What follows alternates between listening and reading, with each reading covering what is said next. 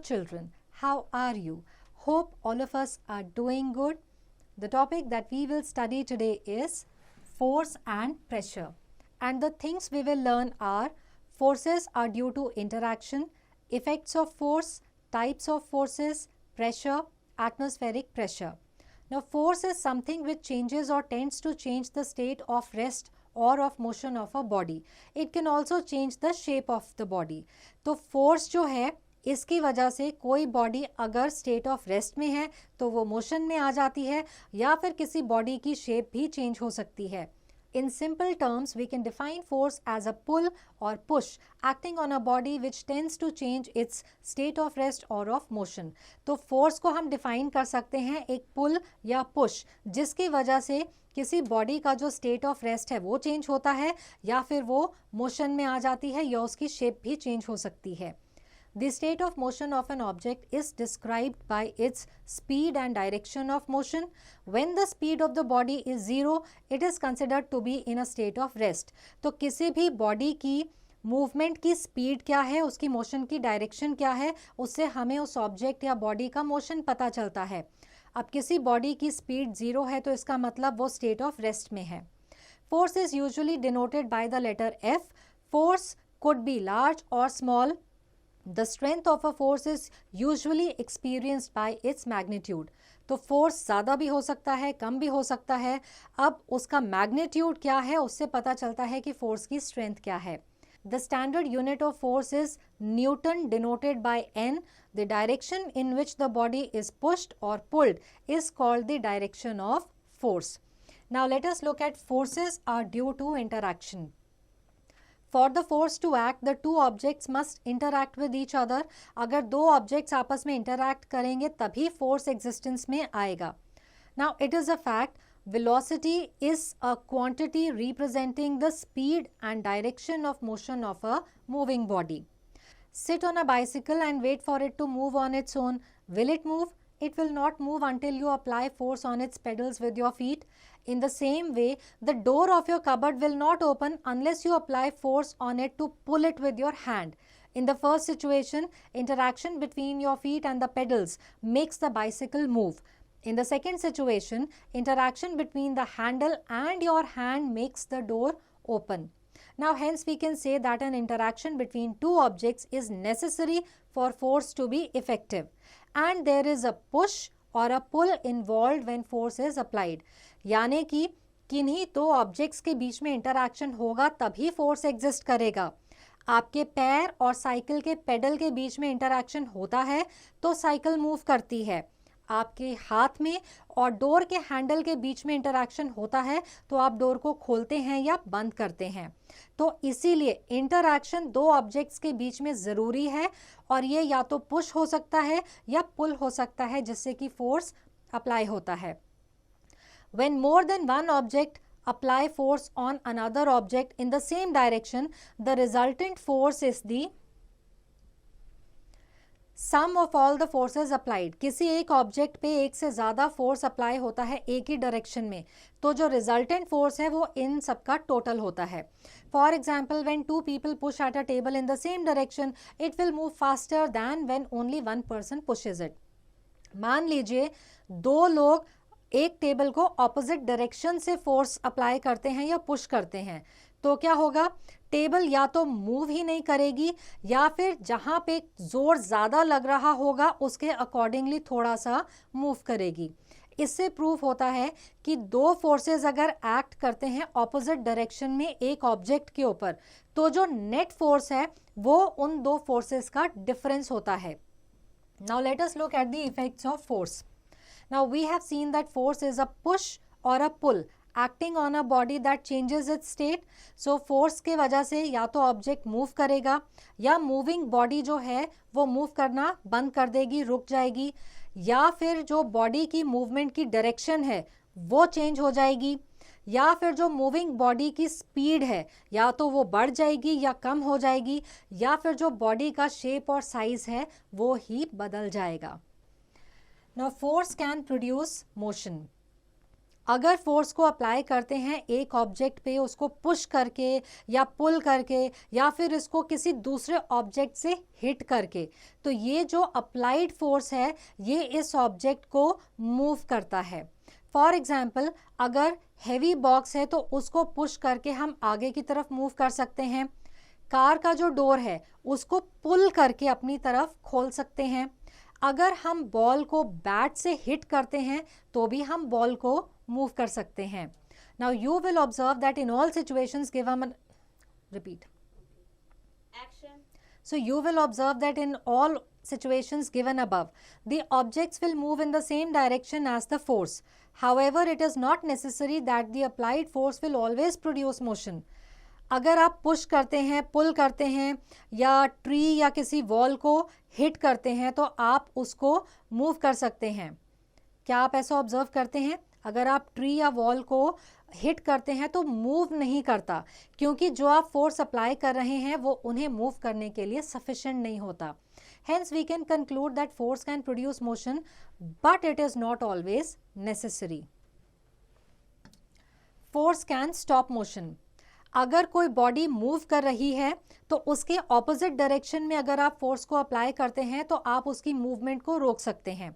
जैसे कि अगर कोई बॉल मूव कर रही है या स्टोन रोल कर रहा है, तो अगर स्टोन बहुत बल्की है तो शायद हम उसे ना रोक पाएं अगर हमने जो फोर्स अप्लाई करा है वो सफिशिएंट ना हो तो।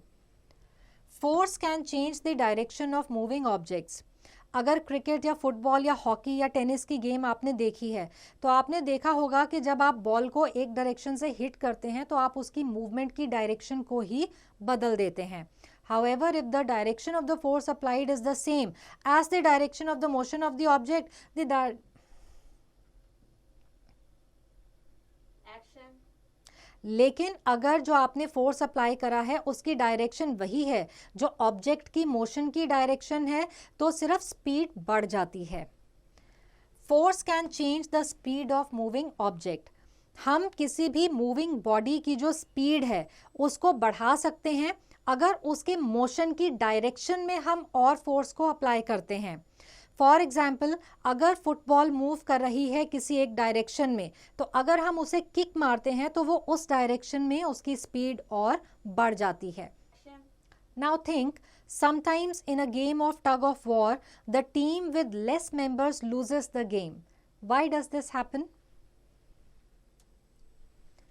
By applying force in the direction opposite to the direction of the motion of the body, we can reduce its speed.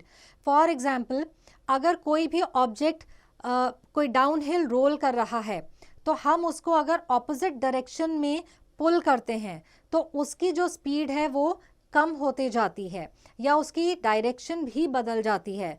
However, अगर जो अप्लाइड फोर्स है वो ज़्यादा है जितना ज़रूरी है उससे, तो ऑब्जेक्ट की जो स्पीड है वो कम हो जाती है और धीरे धीरे वो जो ऑब्जेक्ट है वो स्टेट ऑफ रेस्ट पे आ जाता है। Force can change the shape and size of an object. अगर आप एक कॉटन की बॉल या कैंडी फ्लॉस लेते हैं, उसको अपने हाथ में पकड़ के उस पर अगर फोर्स अप्लाई करते हैं तो उसकी शेप और साइज बदल जाती है। इसी तरह से स्प्रिंग जो है उसकी शेप और साइज बदल जाती है, रबर बैंड की बदलती है, जो डो है गूंदा हुआ आटा या फिर स्पंज है या बहुत सारे ऐसे ऑब्जेक्ट्स हैं जिन पे अगर आप फोर्स अप्लाई करते हैं तो उनकी साइज और शेप बदल जाती है। Now let's look at the type of forces.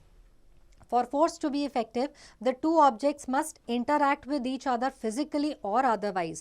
अगर दो ऑब्जेक्ट्स आपस में फिजिकली या अदरवाइज इंटरैक्ट करते हैं तभी फोर्स इफेक्टिव होता है। So based on this, forces may be categorised as contact और non contact force.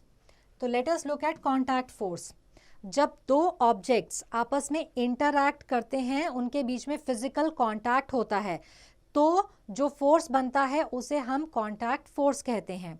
Now contact जो है ये कनेक्टर्स जैसे कि स्टिक या फिर पीस ऑफ रोप से भी हो सकता है। So the various kinds of contact forces are, first let us look at the muscular force. जब अपनी बॉडी के मसल्स को हम यूज करके कोई फोर्स को एक्सर्ट करते हैं तो उसे मस्कुलर फोर्स कहा जाता है। अब since muscular force can be applied only when it is in contact with an object, it is called contact force. जैसे जब आप अपना स्कूल बैग लिफ्ट करते हैं तो मस्कुलर फोर्स अप्लाई करते हैं, कंस्ट्रक्शन वर्कर्स हैं मस्कुलर फोर्स यूज़ करके ईंट मिट्टी वगैरह को उठाते हैं, जो बुलक्स हैं वो जो कार्ट को अपने के साथ पुल करती हैं और फील्ड्स में प्लो करती हैं तो वो भी मस्कुलर फोर्स को अप्लाई करते हैं। Next comes friction. ये वो फोर्स है जो किसी भी ऑब्जेक्ट के मोशन को अपोज करती है। So it slows things down और prevents them from moving by acting in a direction opposite to the motion of the moving object. अब फ्रिक्शन जो है ये एक कॉन्टैक्ट फोर्स है और ये दो सरफेसेस के कॉन्टैक्ट से ही बनता है। जब एक बॉल रोल करती है ग्राउंड पे तो वो धीरे धीरे स्लो हो जाती है और फाइनली एकदम रुक जाती है। कार और स्कूटर जो हैं वो भी रुक जाते हैं जब इनका इंजन बंद होता है। So the wear and tear of the moving parts of a machine is also because of the force of friction. अब हम जो ग्राउंड पे चल पाते हैं वो भी फोर्स ऑफ फ्रिक्शन की वजह से पॉसिबल होता है। Now it is very difficult to walk on a smooth surface और वेट रोड, क्योंकि वहाँ पे जो स्मूथनेस या वेटनेस है वो फ्रिक्शनल फोर्स को कम कर देती है। तो सरफेसेस के बीच की जो रफनेस है उसकी वजह से फोर्स ऑफ फ्रिक्शन ज़्यादा ईजिली काम करता है। Then there is mechanical force. अगर मशीन से कोई फोर्स अप्लाई किया जाए तो उसे मैकेनिकल फोर्स कहा जाता है। It works only with the help of energy supplied by external sources like electricity, petrol, diesel etcetera. The engine of a vehicle runs with the help of fuel and makes the car move. Now let us look eight non contact forces. जब दो objects के बीच में कोई physical contact नहीं होता, वो space के through जो उनके बीच होती है उससे उनके बीच में कोई फोर्स काम करता है तो उसे नॉन कॉन्टैक्ट फोर्स कहा जाता है। So first we have the magnetic force. Magnet जो फोर्स को एक्सर्ट करता है उसे मैग्नेटिक फोर्स कहा जाता है। जो मैग्नेट है ये दूसरे मैग्नेट या फिर जो कुछ और मेटल्स हैं जैसे कि आयरन, निकल, स्टील, कोबाल्ट, बिना उनको टच करे उनके ऊपर एक फोर्स एक्सर्ट करता है। तो ये एग्जाम्पल है नॉन कॉन्टैक्ट फोर्स का। जैसे आपने पहली क्लासेस में पढ़ा होगा कि लाइक पोल्स जो होते हैं मैग्नेट के वो एक दूसरे को रिपेल करते हैं और जो अनलाइक पोल्स होते हैं वो एक दूसरे को अट्रैक्ट करते हैं। This attraction or repulsion can be compared as a form of pull and push. Then we have electrostatic force. जब भी कोई चार्ज्ड बॉडी किसी दूसरी चार्ज्ड या अनचार्ज्ड बॉडी के ऊपर फोर्स एक्सर्ट करती है तो उसे इलेक्ट्रोस्टैटिक फोर्स कहा जाता है। चार्जेस जो हैं वो एक दूसरे को अट्रैक्ट या फिर रिपेल करते हैं, बिल्कुल मैग्नेट्स की तरह। अगर हम कोई कोम्ब या स्केल अपने ड्राई बालों में रब करें तो वो चार्ज हो जाता है। फिर उसके नज़दीक अगर हम बहुत छोटे छोटे पेपर के पीसेस लाते हैं तो वो उसकी तरफ अट्रैक्ट होते हैं, क्योंकि यहाँ पे इलेक्ट्रोस्टैटिक फोर्स जो है वो कंघी उन पेपर्स के ऊपर एक्सर्ट करती है। Next is gravitational force. It is the force with which any two masses or objects pull each other. तो कोई ऐसी दो चीज़ें जिनका मास है वो जब एक दूसरे को अपनी तरफ पुल करती हैं तो ग्रेविटेशनल फोर्स आता है काम में। We can feel it when an object trying to pull us has a significant mass. मतलब जो चीज़ हमें अपनी तरफ खींच रही है उसका अगर बहुत ज़्यादा मास होगा तभी ये हमें महसूस होता है। फॉर एग्जाम्पल अर्थ का जो ग्रेविटेशनल फोर्स है उसे हम फील कर सकते हैं क्योंकि ये बहुत ज़्यादा होता है, जबकि जो चेयर होगी हमारे सामने उसका ग्रेविटेशनल फोर्स हम नहीं फील कर सकेंगे क्योंकि उसका जो मास है वो उतना ज़्यादा नहीं है कि उतना ज़्यादा ग्रेविटेशनल फोर्स वो अप्लाई कर सके, एक्सर्ट कर सके। Thus, for gravitational force to be obvious between two objects, the mass of at least one of the objects must be large enough. अब हमारी लाइफ में ग्रेविटेशनल फोर्स का क्या सिग्निफिकेंस है? एक तो ये हमें धरती से लगा करके रखता है, हम हवा में नहीं उड़ते। फिर ऑब्जेक्ट का जो वेट है वो हमें तभी पता चलता है क्योंकि अर्थ का ग्रेविटेशनल फोर्स जो है उसके ऊपर एक्ट कर रहा होता है। अर्थ जो है वो सन के आसपास रिवॉल्व करती है और मून जो है वो अर्थ के आसपास रिवॉल्व करता है इनकी ग्रेविटेशनल फोर्सेस की वजह से। Now it is a fact, the gravitational force of the moon is approximately 1/6 that of the earth. So your weight on the moon will be 1/6 of your weight on the earth. Now gravity ये वो force है जिससे अर्थ अपनी तरफ objects को attract करती है. ये सभी ऑब्जेक्ट्स के ऊपर एक्ट करता है. फॉर एग्जाम्पल अगर आप बॉल ऊपर फेंकेंगे तो वो नीचे आएगी. पानी जो है वो भी जब बहता है तो नीचे की तरफ बहता है जैसे ही हम नलके को खोलते हैं. जो फूल या जो फल पक जाता है वो पेड़ से नीचे की तरफ गिरता है. अगर आप जंप करते हैं तो आप नीचे ही आते हैं. So gravitational force always attracts objects, जबकि जो मैग्नेटिक या इलेक्ट्रोस्टैटिक फोर्सेस हैं वो रिपेल भी कर सकते हैं. प्रेशर. जब हम रेत पर चलते हैं तो हमारे पैर उसमें नीचे सिंक करना शुरू कर देते हैं और चलना मुश्किल हो जाता है. लेकिन अगर एक कैमल यानी कि ऊंट जो कि हमसे बहुत ज़्यादा हैवी है वो रेत पर बहुत इजीली चल सकता है. इसलिए होता है क्योंकि जो कैमल के पैर हैं वो बहुत ब्रॉड यानी कि चौड़े होते हैं. फिर जब हम फ्रूट्स या वेजिटेबल्स को कट करते हैं किसी भी शार्प नाइफ से तो वो आसान होता है. अगर हम उसे ब्लंट नाइफ या चाकू से कट करें तो वो मुश्किल हो जाता है.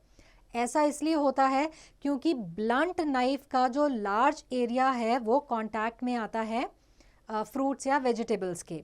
So the effect of force depends upon the area of contact of the two objects. जो फोर्स का इफेक्ट है वो डिपेंड करता है कि दोनों ऑब्जेक्ट्स का कितना एरिया एक दूसरे के कांटेक्ट में है. जितना एरिया कांटेक्ट वाला कम होगा उतना ही फोर्स का इफेक्ट ज़्यादा होगा और जितना एरिया ज़्यादा होगा उतना फोर्स का इफेक्ट कम होगा. इसीलिए जब शार्पन्ड पेंसिल को हम सॉइल में पुश करते हैं तो एरिया जितने में फोर्स अप्लाई होता है वो छोटा हो जाता है, कम हो जाता है, तो फोर्स का इफेक्ट ज़्यादा होता है. So we can measure the effect of force using a physical quantity called pressure. So pressure जो है उसको हम कैसे डिफाइन करते हैं? Force acting on a unit area of a surface. So pressure is equal to force divided by area on which force acts. The SI unit of pressure is Pascal. Thus 1 Pascal is the pressure applied when force of 1 Newton acts on an area of 1 meter square. So 1 Pascal is equal to 1 Newton per meter square. So let us look at a few examples of problems. First one, calculate the pressure produced when a force of 5 Newton is applied over an area of 10 meter square. So force is equal to 5 Newton, area is equal to 10 meter square, pressure is equal to force upon area which is equal to 5 Newton divided by 10 meter square. So pressure is equal to 0.5 Newton per meter square or 0.5 Pascal. Similarly, if you look at the second example, if a boy applies a force of 16 Newton on an area of 16 centimeter square, what will be the pressure produced by him? So force is equal to 16 Newton, area is equal to 16 centimeter square which is equal to 16 divided by 10,000. So this is equal to 0.0016 meter square. So pressure is equal to force upon area which is equal to 16 Newton divided by 0.0016 meter square. So pressure is equal to 10,000 Pascal. Now let us look at pressure and area. जब हम उस area को increase कर देते हैं जिस पर कि फोर्स को अप्लाई किया जा रहा है तो प्रेशर डिक्रीज होता है. सिमिलरली अगर हम कॉन्टैक्ट एरिया को डिक्रीज करते हैं तो प्रेशर इंक्रीज हो जाता है. Now we can observe this relationship between pressure and area in many day to day activities. जब हमारे बैग या सूटकेसेस के जो स्ट्रैप्स हैं अगर उनकी विड्थ ज़्यादा हो जाती है तो जो प्रेशर हमें उनको उठाने पर महसूस होता है वो कम हो जाता है. जो मिलिट्री टैंकर्स हैं उनके जो व्हील्स हैं उनको जब हम बहुत ही चौड़े रबर स्ट्रिप्स के साथ कवर कर देते हैं तो वो सैंड या स्नो में सिंक नहीं करते. It is more comfortable to wear broad heels while walking on soft surfaces. जो एलिफेंट्स और बेयर्स हैं उनके क्योंकि चौड़े पैर होते हैं तो वो सॉफ्ट सरफेस पे बिना गिरे आसानी से चल सकते हैं. Now let us look at pressure exerted by liquids. अब सॉलिड्स की एक डेफिनेट शेप होती है, तो वो जो प्रेशर एक्सर्ट करते हैं वो डिपेंड करता है कि उनका कॉन्टैक्ट एरिया कितना है। लेकिन जो लिक्विड्स हैं उनकी डेफिनेट शेप नहीं होती, तो वो जो प्रेशर एक्सर्ट करते हैं वो डिपेंड करता है कि वाटर कॉलम की डेप्थ यानी कि गहराई कितनी है। They exert pressure not only at the base of the container but also on its size. अब आपने नोटिस किया होगा कि अगर आप एक इन्वर्टेड ग्लास को किसी बाल्टी जिसमें पानी भरा है उसके अंदर डालने की कोशिश करते हैं तो ग्लास जो है वो आसानी से पानी के अंदर नहीं जाता। ऐसा इसलिए होता है क्योंकि पानी जो फोर्स एक्सर्ट करता है ग्लास के ऊपर वो ज़्यादा होता है एज कंपेयर टू वो फोर्स जो आप एक्सर्ट कर रहे होते हैं। इसीलिए जो अपवर्ड फोर्स है पानी का वो ग्लास के डाउनवर्ड मूवमेंट को रेजिस्ट करता है। So we can say that pressure at any point under a liquid is because of the weight of the liquid column above that point. It is a fact. An instrument used to measure liquid pressure is called pressure gauge. The simplest form of a pressure gauge is a manometer. Let us do it. To show that liquids exert the same pressure in all directions at a given depth, take a plastic bottle, punch 3 holes in the bottle at the same height. Now pour some water into it and let it flow through these holes. Observe it. You will observe that water comes out from all the holes with the same force and falls at the same distance. This shows that liquids exert the same pressure in all directions at a given depth. Now let's look at atmospheric pressure. अब ये हम पढ़ चुके हैं कि liquids pressure exert करते हैं, उसी तरह से gases भी pressure exert करती हैं। इसी प्रेशर की वजह से जब हम बलून में हवा भरते हैं तो वो एक्सपैंड करते हैं। But what happens if we blow too much air in a balloon? वो फट जाता है। ऐसा इसलिए होता है क्योंकि जो बलून का मटेरियल होता है वो इतना ज़्यादा प्रेशर को विथस्टैंड नहीं कर सकता, झेल नहीं पाता। तो इससे हमें पता चलता है कि एयर जो है वो प्रेशर को एक्सर्ट करती है। हमारी अर्थ के इर्द गिर्द जो एटमॉस्फेयर है उसमें क्या है, एयर की लेयर्स हैं। अब ये जो एटमॉस्फेयर है ये हर चीज़ के ऊपर प्रेशर को एक्सर्ट करता है। So the pressure exerted by the weight of the air on an object is called atmospheric pressure.